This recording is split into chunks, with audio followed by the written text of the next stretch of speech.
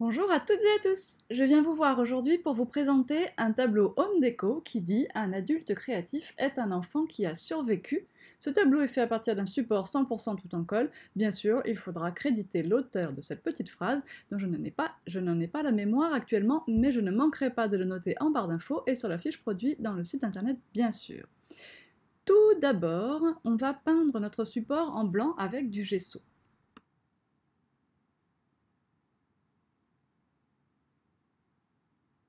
Alors, le gesso, pour être très précis, ce n'est pas seulement une peinture blanche, c'est une peinture blanche à base de plâtre.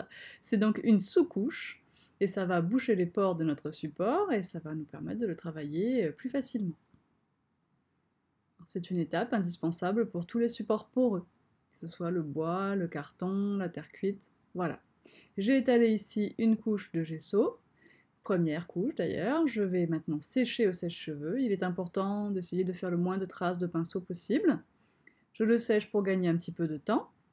Et j'ai passé une deuxième couche. Et une fois que c'est sec, alors pour moi c'est pas tout à fait assez sec, on le ponce. Donc j'utilise mon bloc à poncer Colorcore, celui qui me sert pour mes papiers Colorcore d'habitude. Mais peu importe, l'outil avec lequel vous le poncez, ce qui compte c'est que vous le ponciez, et donc normalement il faudrait que la peinture soit un peu plus sèche, de cette façon vous obtiendrez une surface plus lisse que moi qui n'ai pas attendu suffisamment. Et du coup je me retrouve avec des petites peluches, mais bon, c'est pas grave. Ça va aller quand même très bien pour la suite.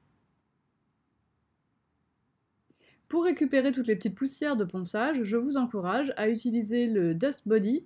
C'est une petite lingette mais sèche, imprégnée d'une matière qui va coller aux poussières, et ça sera vraiment très pratique pour faire cette opération de nettoyage sans du tout mouiller votre support, ça va juste récupérer la poussière. Alors bien sûr, je vous mets les liens vers les produits que j'ai utilisés dans l'article consacré à ce projet sur le blog Tout en colle. Vous trouverez le lien vers le blog dans la barre d'infos sous cette vidéo. Ici, je choisis une peinture Home Deco Paint, mais peu importe, j'ai surtout choisi une couleur qui soit juste blanc cassé. Donc, je veux casser le blanc que j'ai ici obtenu. J'en applique un petit peu partout comme ça, vous voyez, en faisant des 8. Alors mon pinceau perd un peu ses poils et ça c'est normal, c'est parce que c'est sa première utilisation. Donc ça s'arrangera après l'avoir lavé deux ou trois fois. Et donc je passe comme ça de façon aléatoire, c'est-à-dire que s'il y a des endroits qui sont encore un tout petit peu blancs, ce sera pas grave. Et voilà, le truc ici c'est de recouvrir grossièrement pour ne pas avoir une surface toute blanche. Ensuite, je vais choisir une tonalité un petit peu plus soutenue pour réaliser des ombres dans deux coins. Et vous allez voir que je ne vais surtout pas attendre que cette peinture beige appliquée initialement sèche. Je reprends une autre couleur de Home Deco Paint. Mon pinceau ne pourra pas rentrer, alors hop, je verse comme ça. Et je refais des 8. Surtout dans l'autre peinture est encore fraîche, hein, elle n'est pas sèche. Et je refais des 8 comme ça, et bien sûr je ne vais pas souhaiter avoir la même couleur partout, donc je fais bien attention de ne pas trop uniformiser la couleur. Je veux absolument un coin plus foncé que l'autre et deux coins pratiquement sans couleur. Et je vais récupérer tous mes petits poils de pinceau au fur et à mesure.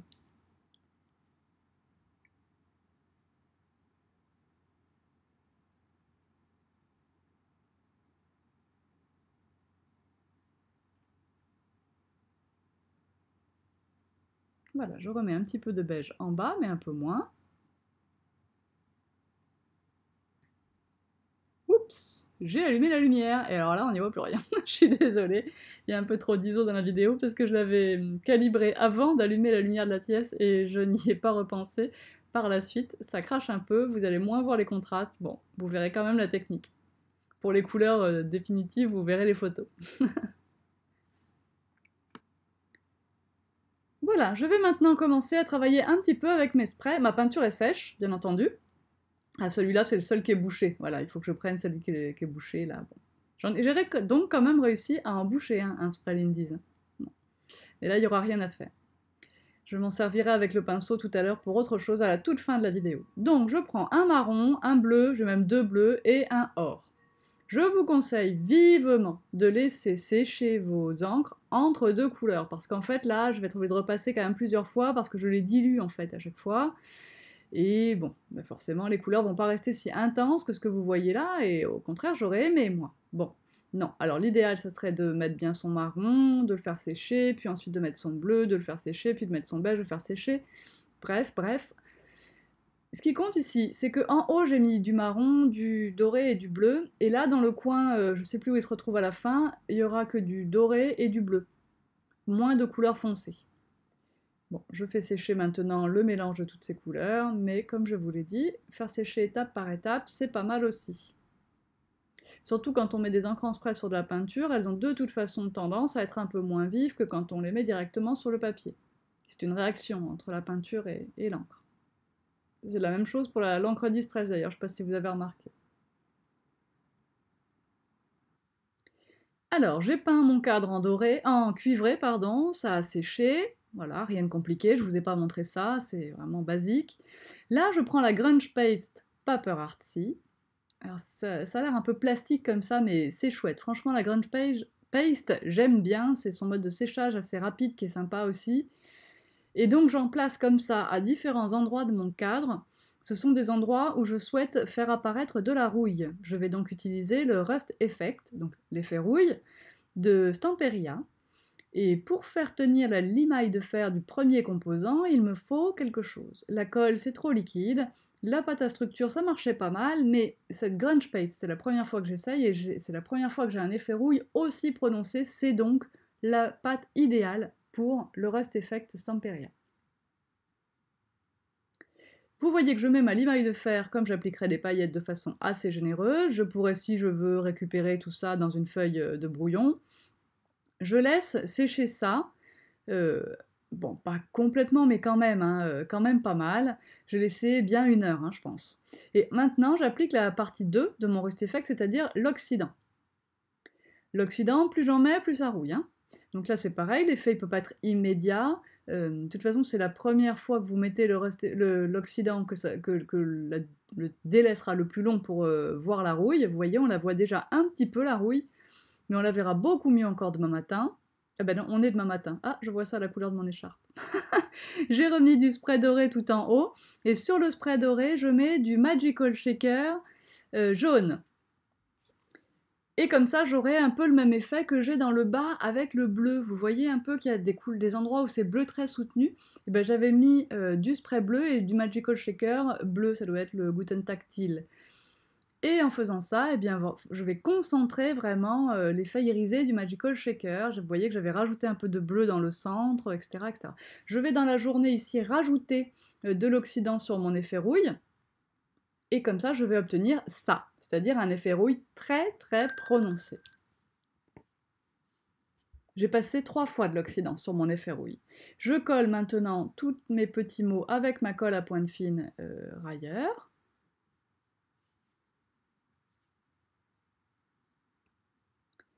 Et je vais les teinter un petit peu, parce que là ils sont un peu fadasses, vous êtes d'accord avec moi. Donc je vais prendre une peinture Paper Artsy, brune. Ouais, vous aimeriez son nom, on le voit là? Non, c'est Chocolate Pudding. J'en ai mis un petit peu sur ma surface de travail, et avec un petit pinceau mousse, je vais colorer seulement le côté gauche de mes lettres, comme si je voulais en fait leur apporter une petite ombre.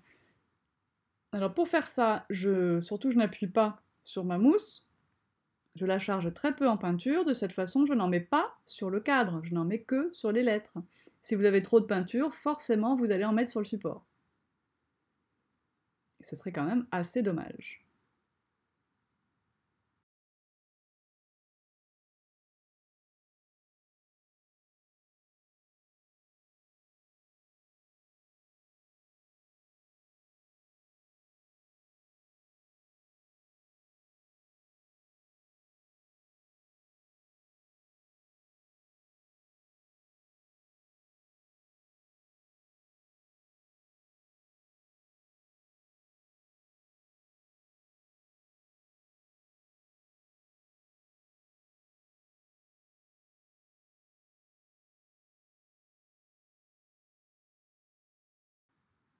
Nous allons maintenant installer la petite composition florale dans le bas du cadre. Alors je prends des fleurs assez jolies, assez volumineuses, avec des pistils.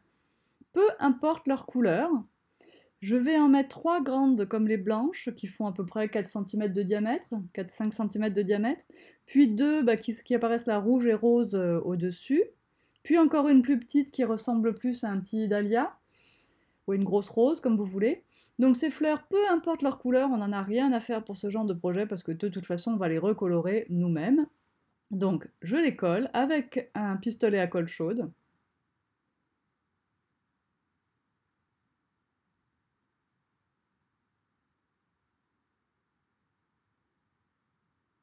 Alors, je reviendrai après à la colle parce que là il était un peu en panne de batterie mon pistolet, donc il distribuait plus assez de colle, ça tient pas bien, mais peu importe. Ce qui compte c'est que là, on peut marcher, c'est en accéléré la vidéo. Ici je vais prendre le gesso et un pinceau et je vais peindre toutes mes petites fleurs en blanc avec le gesso. Et une fois que ce gesso sera bien sec, et là encore, moi, je n'ai pas suffisamment attendu, on essaie de rentrer dans les petits creux des fleurs, on essaie de ne pas oublier trop le dessous des pétales, etc., etc. Après, on va les recolorer avec une encre en spray. Donc, je prendrai d'abord celle qui est bouchée, mais j'avoue que je n'ai pas les noms.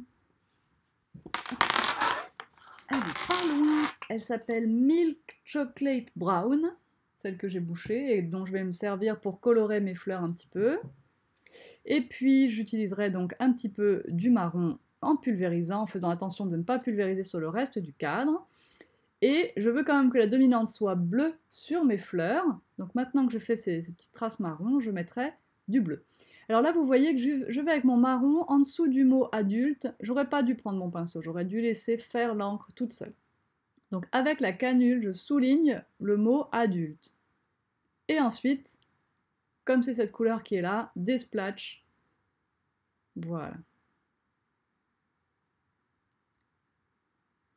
Je prends le bleu pour le mot enfant et je souligne le début du mot en tout cas, voilà, jusqu'au F, et des splashs.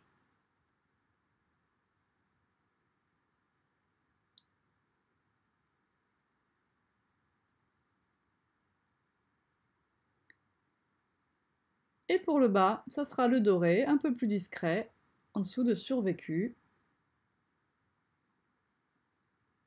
Et là encore, quelques splashs.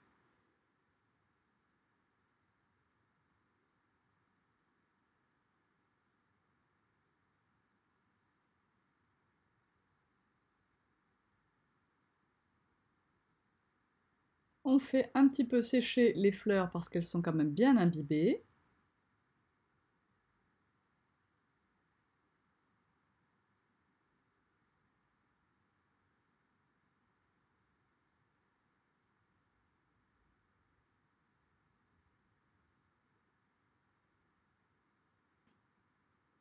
Et on prend une encre en spray bleu, et alors là on y va, on essaie d'être un petit peu généreux. Je refais sécher, puis je crois que je repchite encore après. Et je vais les finir à la peinture, ça sera une paper artsy qui s'appelle South Pacific. Mais d'abord, avant la peinture, j'ai mis quelques décos bois, donc ici des clés, des décos bois 100% tout en colle bien sûr, des petites feuilles là-bas de l'autre côté, et il y a un petit oiseau, mais je vais le coller après parce que là je vais oublier.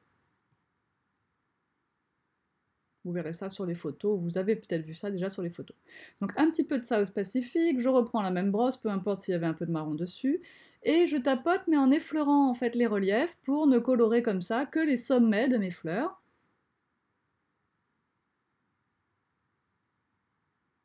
Et je vais insister avec cette peinture bleue sur le mot enfant également. Je ne sais plus si je le fais sous la caméra ou si je l'ai fait hors caméra, mais en tout cas vous voyez que le mot enfant est plus bleu que les autres. Eh bien j'ai passé ma petite mousse sur le mot enfant. Voilà, donc je vous montre maintenant en gros plan le projet terminé, avec les petits détails. J'espère que ça vous a plu. S'il y a des étapes que vous n'avez pas compris, n'hésitez pas à me poser vos questions ici ou en commentaire sur le blog ou par mail. Peu importe, je réponds toujours. Vous pouvez voir ici un petit peu de plus près le travail sur les fleurs, avec le collage des petits sujets en bois, dissimulés sous les fleurs, volontairement. On va voir un petit peu mieux l'effet rouille situé juste à droite de ces fleurs ici. Donc à vous de doser la quantité d'oxydant que vous utilisez.